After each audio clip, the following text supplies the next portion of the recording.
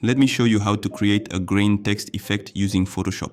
First, select the text tool and type any text you like. Then right-click on the text layer and choose Convert to Smart Object. Next, change the blending mode of the text layer to Dissolve. Go to the top menu and navigate to Filter, Blur Gallery, Field Blur.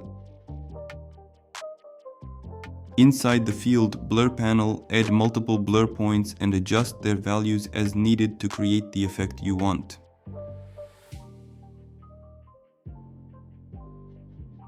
Once you're happy with the blur, click OK. Now press Alt plus Shift plus Ctrl plus E to create a merged copy of all visible layers. To apply the grain effect, go to Filter, Filter Gallery, select Artistic and then choose Film Grain. Tweak the settings until you get the look you like. Finally, if you want a cool inverted look, go to Image, Adjustments, Invert, or simply press Ctrl plus I, Command plus I on Mac.